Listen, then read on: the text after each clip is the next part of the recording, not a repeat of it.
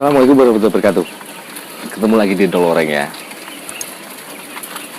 Saya sudah hampir 1 bulan ini tidak buat video ya, karena channel saya kena pelanggaran.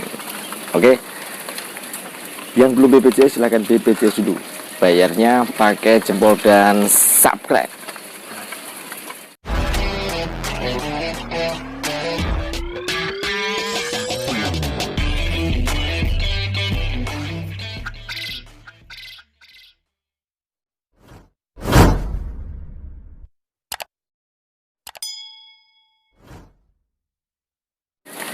Jadi sedikit cerita dulu ya teman-teman ya.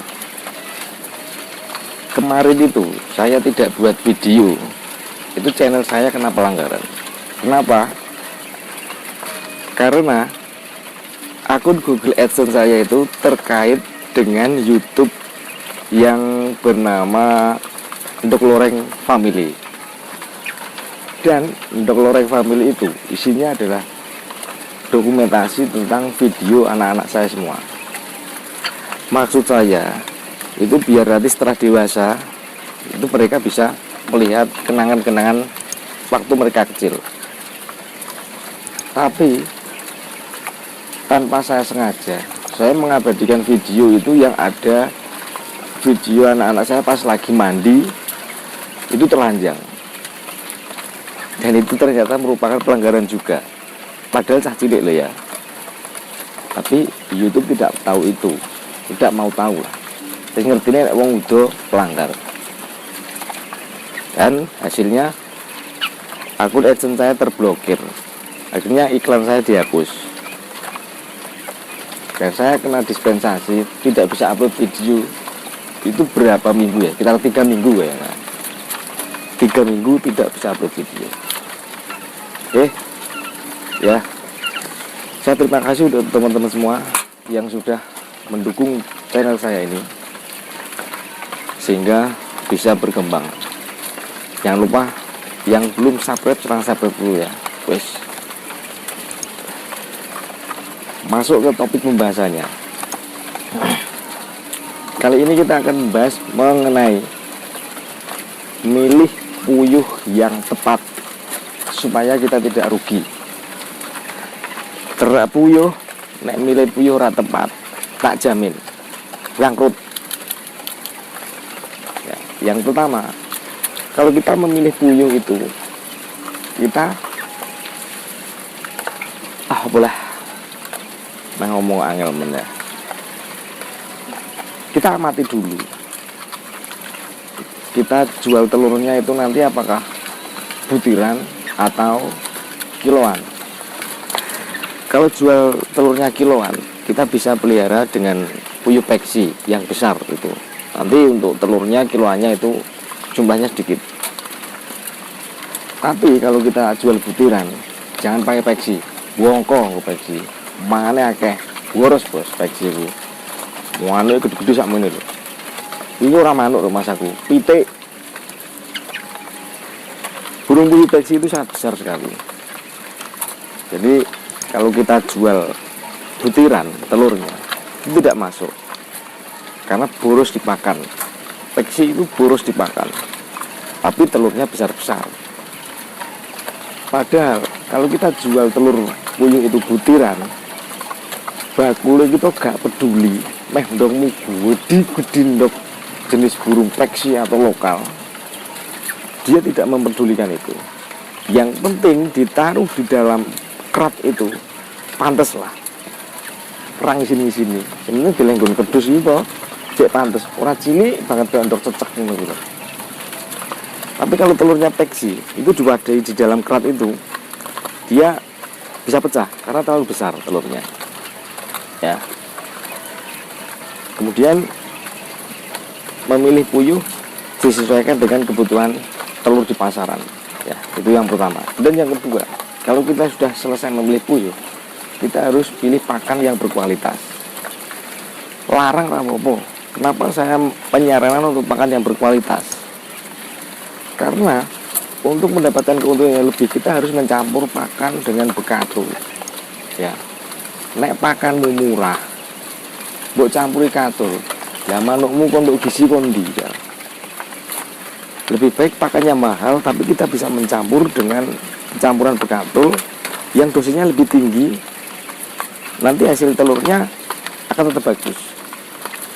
Ono neh saya ngomong yang mengatakan, tanya ke WA saya, "Bos, manukku tak kayak kuatul kok. Ndoke ra iso kayak pakan murni ya. Kok berkurang ya?" Putek lho ya. Lha saya katul ini mengurangi gizi ya. Gizi mbok kurangi ndoknya mbok kena ajek untuk dalil kondi aja leka. Berpikirlah yang logis, yang realistis, yang cerdas ngono.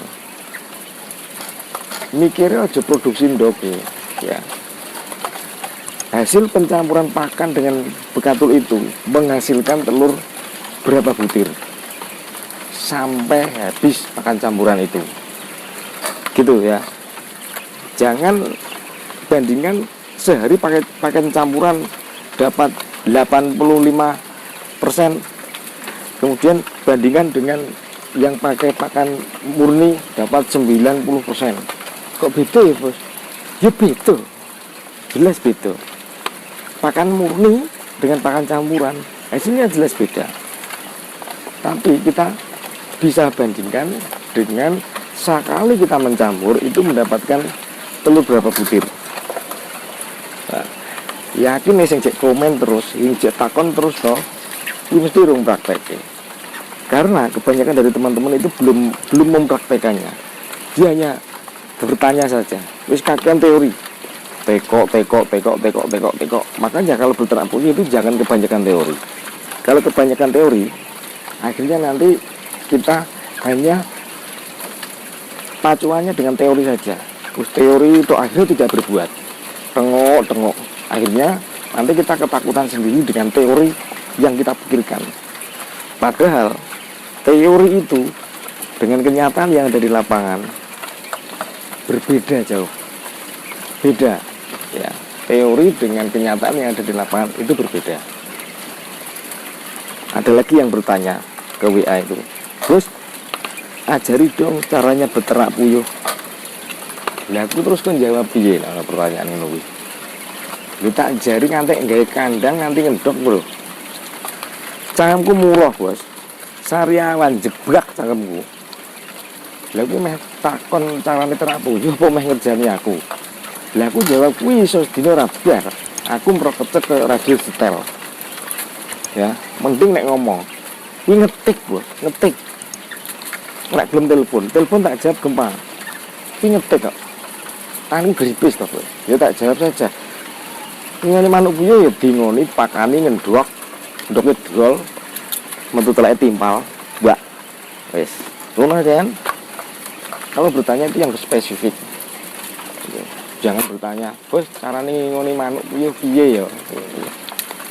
Ngoni ya tuku manuke pakani. Wis, saya sudah menjawabkan, ya. Jadi itu tadi kita harus pintar memilih jenis puyuh. Ya, memilih jenis puyuh. Jangan sampai kita memilih jenis puyuh karena itu sangat menentukan sekali dengan keuntungan yang kita dapat. Nek manukmu peksi adul butiran regane padha. Ora usah arep-arep banti ngipi. Nek pengen banti nginu puyuh lokal. Lho cilik-cilik ngene iki puyuh. Didol butiran ya cek pantes, didol kiloan ya ora rugi, mangane irit Bos iki. Hemat. Oke.